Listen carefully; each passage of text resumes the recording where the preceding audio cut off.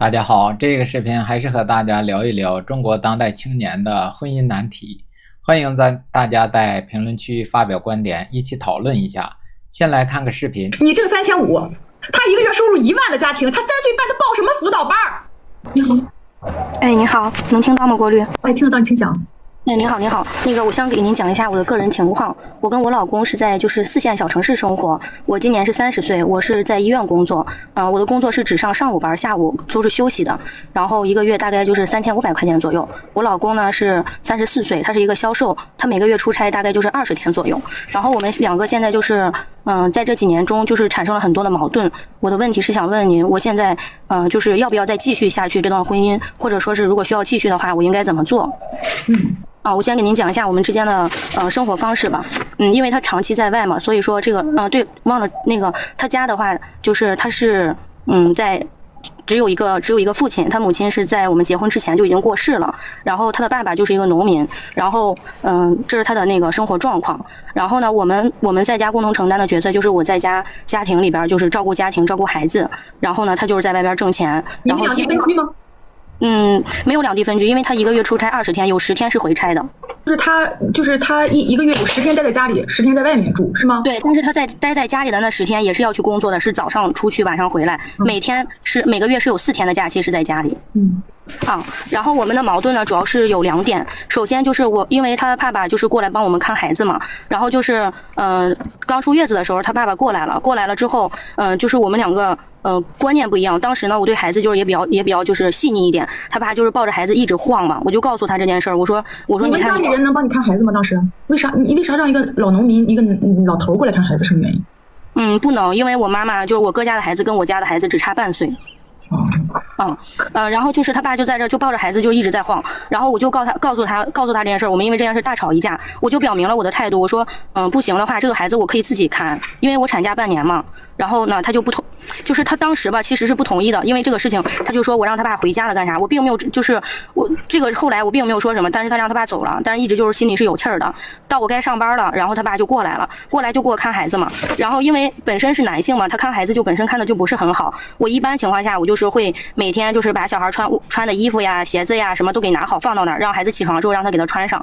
然后呢，我就发现就是他不知道孩子的一日流程是什么，就是什么时间喝奶，什么时间吃辅食，这些他不知道。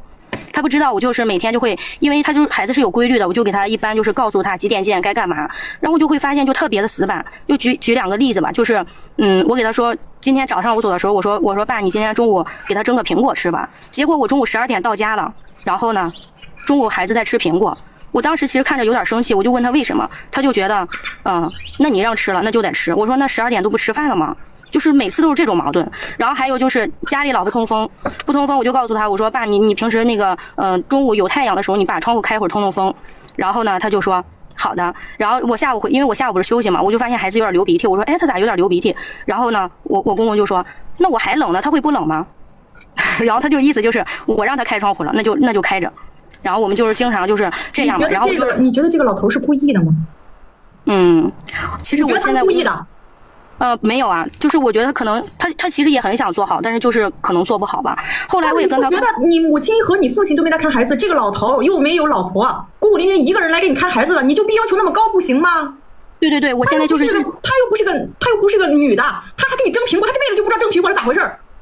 对，我现在就是看着这孩子丢不了，我觉得他就应该感谢他。哎呀，对，我现在就认识到我的问题了嘛，就是我现在就是跟他爸爸，就是我有什么我就是几乎就是我就不说话，我就能给我看，就是能给我看着就行了。现在就是这样，我现在已经认识到我的问题了。然后呢，就是第2个就是我们之间的这个经济矛盾。然后就是因为我自己平时我不怎么买东西，然后我一般就是对孩子买的比较多，给孩子花费的一般就是书籍比较多，就是我喜欢给孩子买书，给他读书。然后我就发现我无论给孩子买什么，我老公他就一直在嘟囔我，就是不让我买。他的收入是多少？1万多。他给到你多少？他没有说具体每个月给我多少钱。我一般就是我的工资花完了，就是我没有钱了，我就会找他要。你没有房贷吗？没有。什么也没有房贷，没有车贷，什么都没有。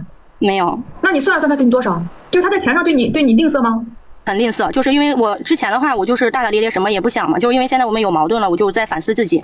这点我还要再跟您说一下，就是当时我结婚的时候是彩礼是8.8万，然后我妈给我陪嫁了30，然后这些钱我们都是放在一起的，但是这个是我们领结婚证之前就是给我的钱。是放在谁那？放你这儿？这个就是刚开始是这个钱是在我名下，然后呢，我知道密码，他有这个知情权，用的他的短信，就是用的他的手机号，就我谁名下？我问你话，直接回答。之前放我名下，现在我们两个分开了，放在他名下了。就是我这边拿了30多个，剩下的他拿着呢。就是说你这个彩礼给他了？也不算我彩礼给他了吧，就是我现在我手里有36，我妈不是给了我30赔，然后彩礼是8.8万，然后吃面给了6万，这是我们家一共给我的钱，就是45，我手里现在有36。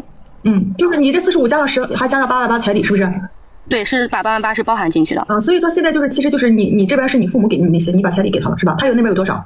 他那边应该也是有40多个。40多个是这么多年他挣的？是的。也就是说曾经这些钱都在你这儿过，对，之前没有这么多。好，我想我根据你这个数额给你推断一下，也就是说这个男的差不多挣的钱都给到你了，要不然他那不会有40，对吧？也就是说什么呢？后来你们闹别扭，人家把一半要走了，是不是？没有，是我主动给他的。OK， 你们闹别扭，他主动给他了，对不对？你主动给他了，是吧？也就是说曾经你们过日子没有闹别扭之前，这个男的基本上把所有挣的钱都给你了。对，我是为什么把这个钱给他吧？是因为我花什么都不行。你一直在强调你为什么给他，你有没有想想这么多年过日子他都给你了呀，只是闹别扭之后你主动给他了呀，他连要都没要啊。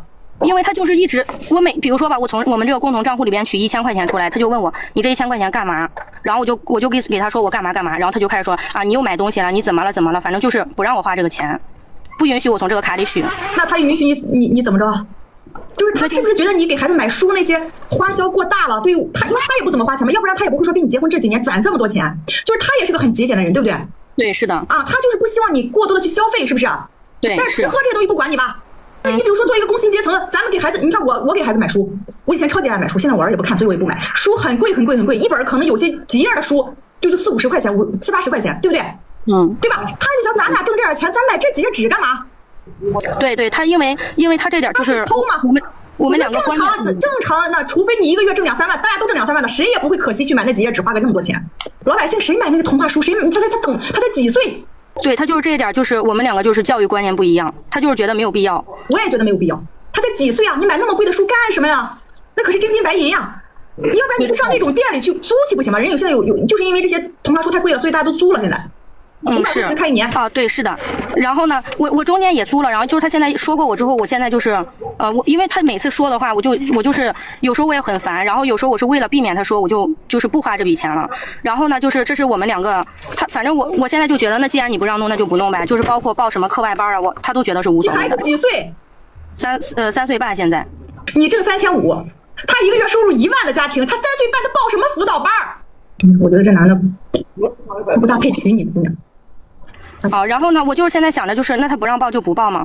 我现在是这样想的，然后我就是觉得那孩子就顺其自然呗。然后还有就是包括我们两个对孩子的那种态度，就是因为他老不在家嘛，可能他觉得孩子就是不太亲近于他，然后他就是会故意的，比如说我一去吵小孩，然后他就说孩子就去找他告状，他就说那你去打你妈，去怼你妈，反正就是这种了。我就觉得我们两个就是没有观念契合的地方。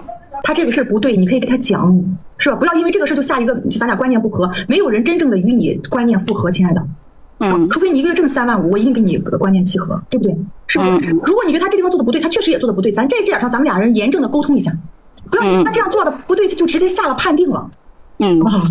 是的，然后因为我现在就是我自己也反思自己嘛，然后我就是觉得第一是可能在我们的婚姻里边我管的太多了，就是我太把我的主观意识去强加于别人了。我就跟你说句实话，你最大的毛病是什么？我们都是普通人。你挣3500，如果不是因为你丈夫一个月挣1万多，还20多天出差这么苦，你凭什么给孩子买那么多什么3岁的孩子才买那么多图书啊？你给3岁孩子报什么辅导班啊？就是我不知道你是陷入和其他同事的攀比里吗？还是怎么着了？还是被什么网上的那些什么育儿的什么导师给怎么着给洗脑了，还是怎么着？没有，就是因为有时候会去体验那些画画干什么嘛。我请你了，别别，等你挣3万5的时候吧，好吧？然后我现在就是因为我知道就是现在这个花钱方面那个啥，我中间我自己也有在做副业，然后但是那个副业因为就是孩子还太小，我没有办法说是就是完全去弄，大概的话1个月能收入到4000左右，就是如果做这个副业的话。那你们俩人收入这么多，这男的也不使劲花，你们就可以攒起来，对不对？等到孩子真正用辅导班的时候，咱再报啊，上了学了，他学习不好，咱给他报一个，是不是？因为3岁半你给他报，他记得什么？我觉得真正的原因是什么？我觉得就是你是个普通人，你为什么照着书养孩子呢？你动不动就是咱俩人教育儿观念不同，咱们有什么育儿观念？咱有啥育儿观念？咱需要什么育儿观念？行，好的，好吧。行，然后那我的问题就是因为现在我们2个就是几乎都不怎么沟通了，那我现在就是那我怎么样就是让我们2个能够变得更好一点呢？就是你别有一种你看不上他的感觉，你别老以为你比他在认知方面高就可以。行。然后另外一个就是我现在就是我怀疑他外边有人了，那这件事我应该怎么做呢？我就是装作不知道还是怎么弄呢？你怎么有这个怀疑呢？因为前段时间我在他包里发现了一个东西。你要是有这个怀疑的话，你可以去看看是不是有。如果有的话那你就确定说，哎，我要不要分？我要不要带孩子，以及我自己能不能养得了，来确定你要不要分。OK。那如果说我发现，如果说是有这件事情，那就是依据就是您听着我们2个之间的情况，就是你是怎么建议的呢？我觉得你这点收入可能养不了小孩。然后那就装作不知道。那你要是觉得你养不了，你又要小孩的话，可能是这样的。行，好的，那我知道了。其实我想跟你说您这个男的真的跟你过日子真的没天的，他这么辛苦挣这点钱都放在你这儿。不是，我觉得这个男的真的是咱直播间跟你讲，大部分人都是愿意满意的。你想想这么多年他挣了多少，他攒这么多，还都放你这儿，就这一点儿来说，我觉得真没有什么问题。更他没有妈妈，但是他爸来还能来给你看孩子，一个老头又没有老婆，一个人孤苦伶仃在这儿，给个儿媳妇天天这教育那教育，这家人我真挑不出什么来，行吧？挑不出啥来哎呀。看完视频，大家有什么感想？这个妻子月入3500，丈夫呢月入1万多。因为公公带娃有矛盾，因为育儿消费有分歧，陷入了迷茫。现在呢怀疑丈夫有可能出轨。关键是这个丈夫要出轨的话，他得有钱支撑啊，丈夫也没什么钱支撑，他怎么去出轨呢？妻子的困扰呢，看起来像是什么带娃观念呢、消费理念不合，其实呢也有一些对丈夫的这个不满，对公公的不满他这个给孩子3岁半买高价书，报什么辅导班，确实有点这个没有什么意义3岁半的小孩能有多少学习时间呢？这么小的孩子，你让他快快乐乐的成长不好吗？这个丈夫呢，他有点呢，可能就是对这个妻子呢，可能平时也是沟通比较少，也纵容了这个妻子呢，就是比较独断专行，想什么就是什么。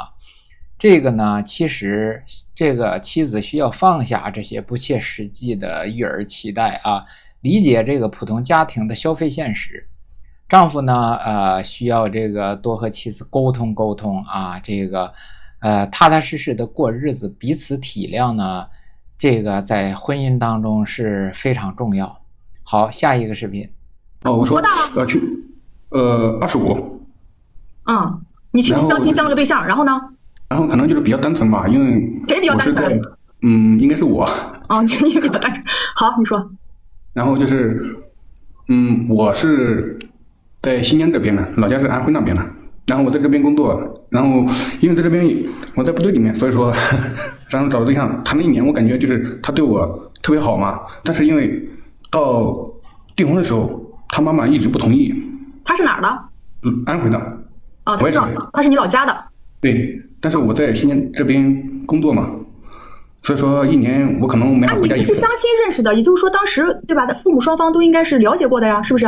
怎么到订婚不同意了呢？因为很多问题吧，就是他一直跟我说我妈妈看不上他，但是我去了解了以后，我妈妈说他没有那么说。他和你妈妈接触过？对，有他的微信。那他俩人接触过，也就是说了话是吧？对，因为我女朋友她爸爸去世了，然后我妈妈好像说你妈妈是不是准备需要再找一个，所以说她可能生气了。你妈妈这情商？情商可能不是那么高。是上火。现在后来呢？哎呦我的天哪！后来打出来的，我们又他妈妈也不同意，因为他妈妈说他妈肯定不同意啊！哎呦我的天哪！然后，但是女孩对我挺好的，然后我对她也挺好，所以说，她一直也在坚持，我也在坚持。但是到今年过年的时候，我们俩说，我说等明天你妈妈回来，他妈妈也在外面工作，说回来，我准备打出来的，让我妈去你家一趟，你和你妈商量一下。但是他给他妈打完电话说，就让我和他分开。估计人家妈妈这是啥？人家妈妈人不愿意了，你怎么办？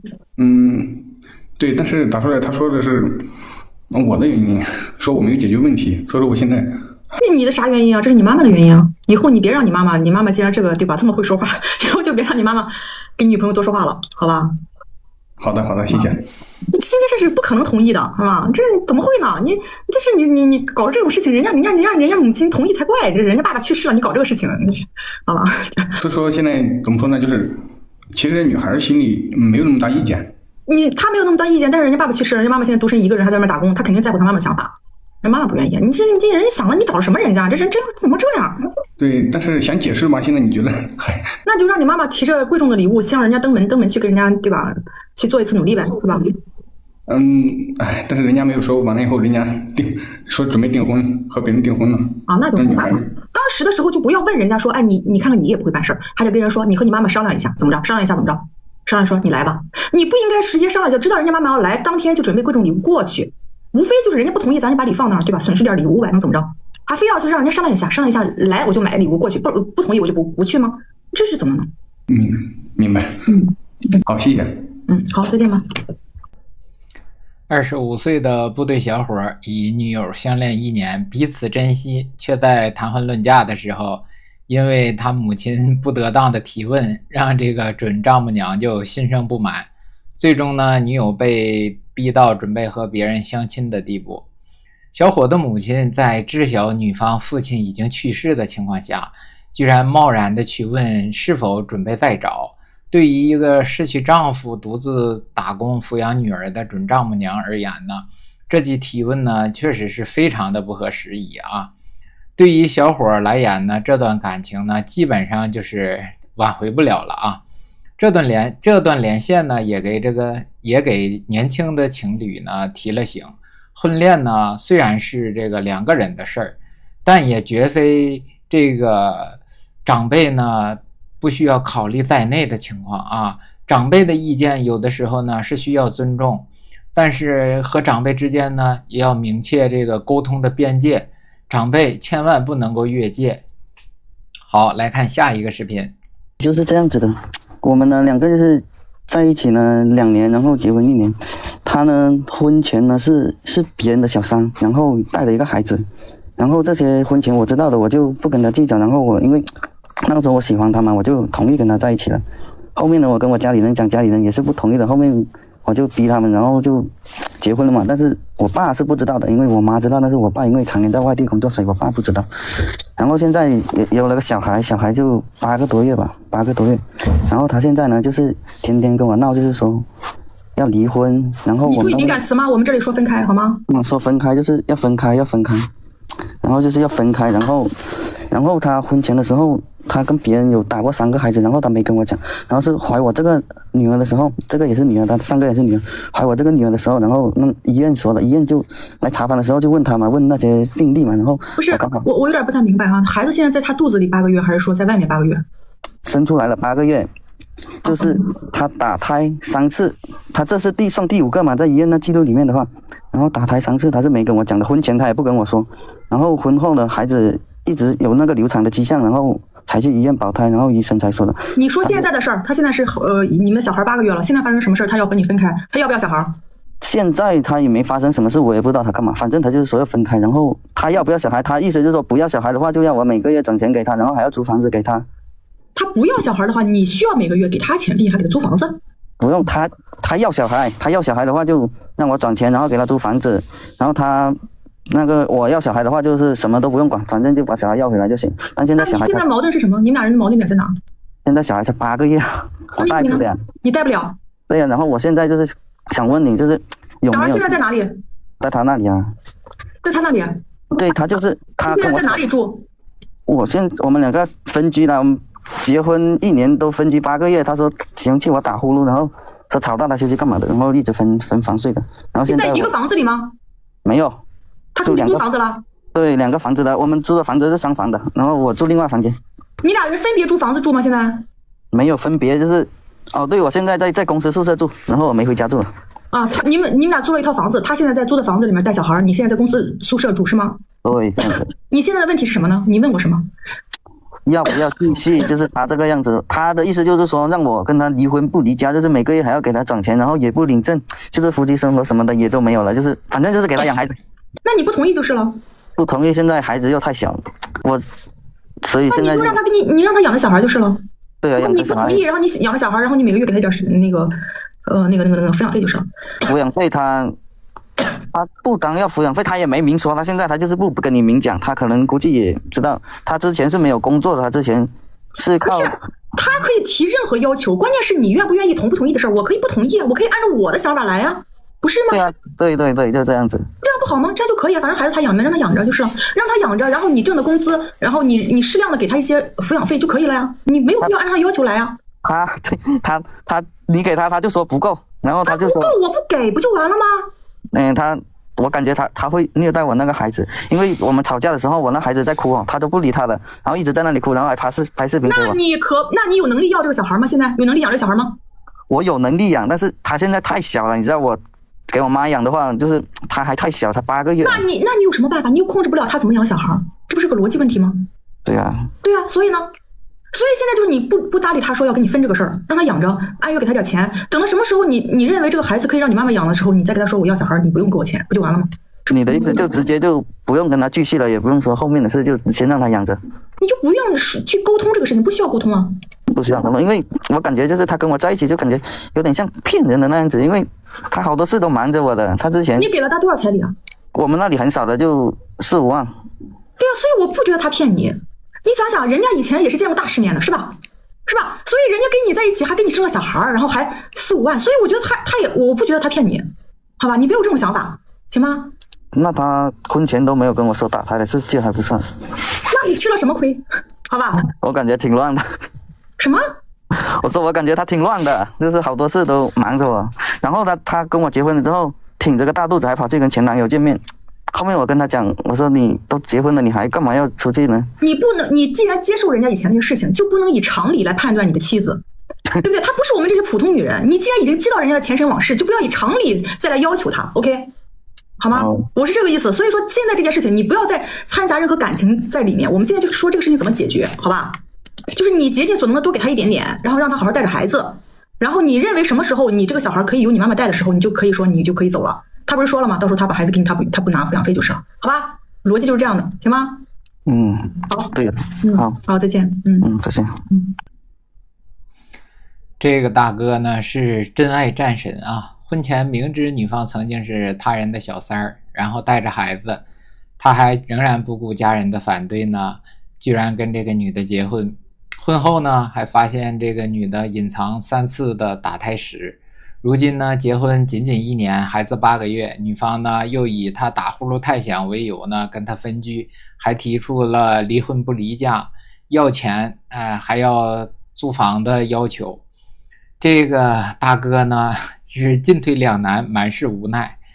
这个关键是呢，大哥到这个时候还没有彻底清醒，还对这个女方言听计从。婚姻呢，从来不是说仅凭着喜欢就能支撑的童话。尤其是涉及到复杂过往的这个伴侣呢，更需要婚前充分的了解，彼此明确对方的责任，还有自己的底线。好的婚姻呢，从不是单方面的牺牲，而是需要彼此尊重，共同承担的这个温暖的同行。这个视频就跟大家分享到这里，谢谢大家，期待大家在评论区发表您的看法，我们下个视频再见。